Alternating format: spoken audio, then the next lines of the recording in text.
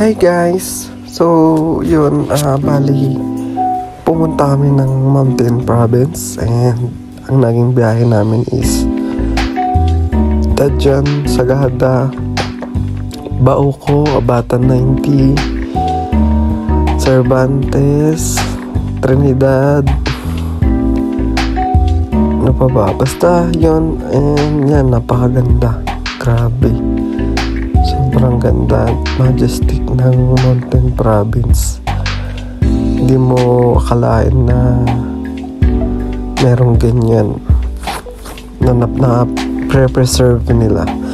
So yan, bali nandyan na kami sa Northern Blossom. And actually pangalawang balik na namin. Nung una, oo, maganda. Nung second time, medyo tinatamad na ako kasi hindi ko lang alam, siguro hindi ako nagagandahan sa mga bulaklak. Yun, bali wala lang, parang hindi siya kagandahan para sa akin. Hindi ako nag-i-enjoy. Siguro kapag dinala mo ako sa motor shop doon, doon ako mag-i-enjoy. Yan, ang ganda talaga ng view dyan. Siguro yun lang, yung view lang yung na-enjoy ko dyan sa Northern Blossom. And morning kasi kami nagbiyahe, kaya naabutan din namin yung ganyan na parang may sea of the clouds pa rin kahit papano. So nagbiyahe kami is 5. Dumating kami rito siguro mga 7 na or 6:30, parang ganun. 1 hour and 30 minutes from Baguio or 2 hours something. And wala na kaming stopover noon, dire-diretso na kami dito para sana mas maaga rin kami na makarating. So ito pa yung mga ibang view sa loob. Yan, yung mga bulaklak nila. Bali ito yung parang bubungad din sa'yo kasi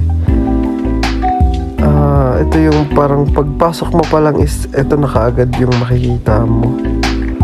Yan yung mga yan. So hindi ka na maglalakad ng masyado kasi ang nangyari nung pumunta kami dito is hindi ako, parang nawala ako sa mood bigla na maglakad-lakad. Kaya kung ano lang yung malapit, yun lang yung pinuntahan namin.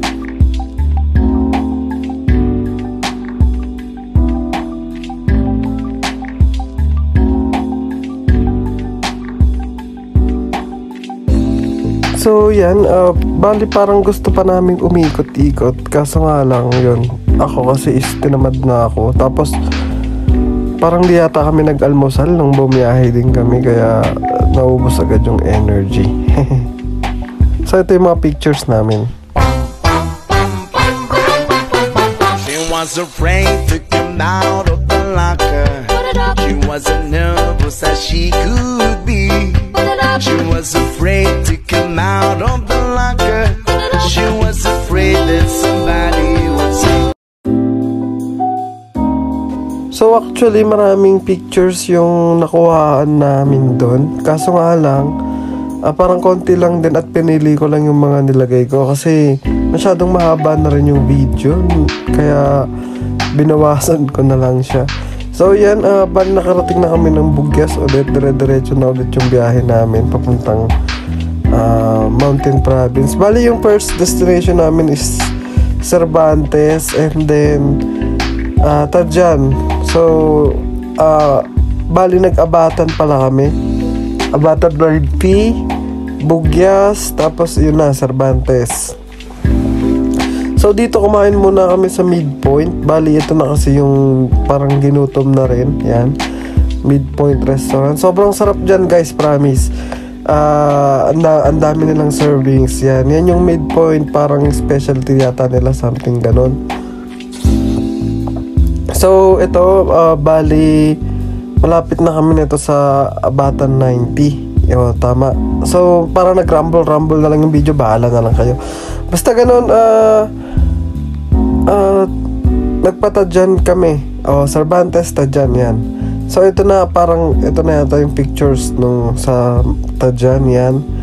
Tapos Sagada, oo, yun, nagsagada rin kami. So ito, grabe yung paglalakad namin dito, sobrang pababa siya. Parang almost 1 hour and 30 minutes din namin siya nilakad na pababa. So imagine that, lalakarin mo ulit siya paakyat, diba? So ito yung mga tinuturo-turo na itong tangan to.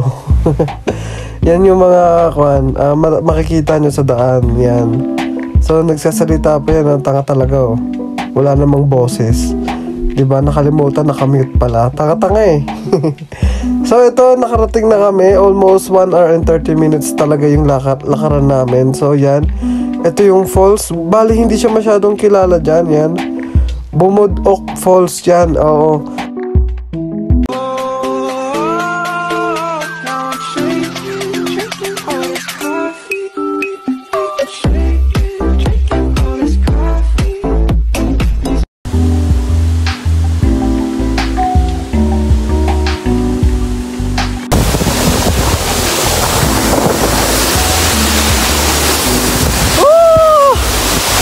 Grabe, lakas ng hangin mga par. Pero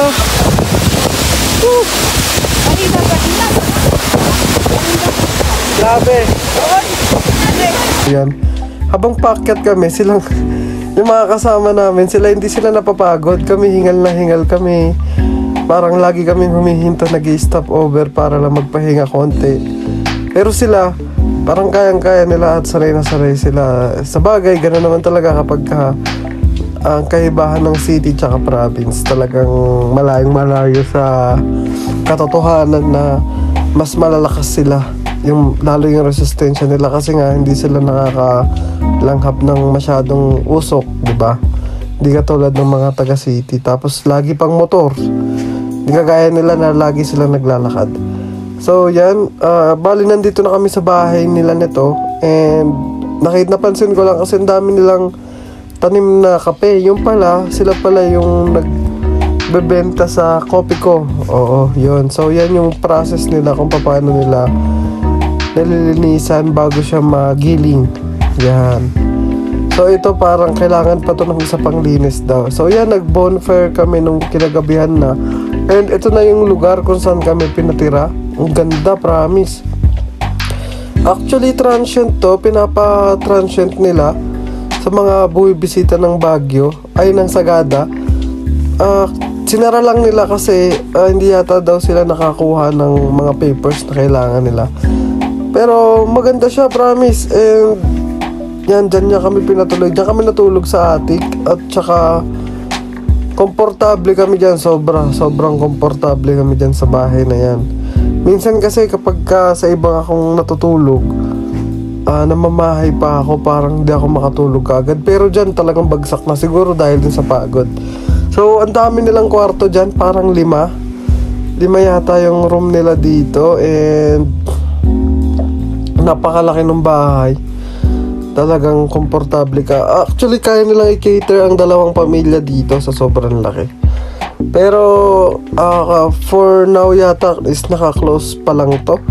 Pero kung gusto nyo, pwede nyo naman akong i-message. Tapos try natin sila kontakin kung pwede nilang gawa ng paraan. Kasi ang ganda talaga eh. Malapit talaga sila dun sa may area kung saan yung falls na yon. Konti lang. So ito yung mga pictures namin habang nandun kami. Nanguha kami ng orange. Yan, may tanim silang orange. Legit orange talaga yon. Tapos meron din yung maasim na yun, nakalimutan ko pangalan. Lemon yung pangalan nun. So ito, Sagada na kami. Yan, pauwi na kami. And grabe, ang ganda talaga, wala akong masabi. So yun lang, bye bye and thank you sa panonood.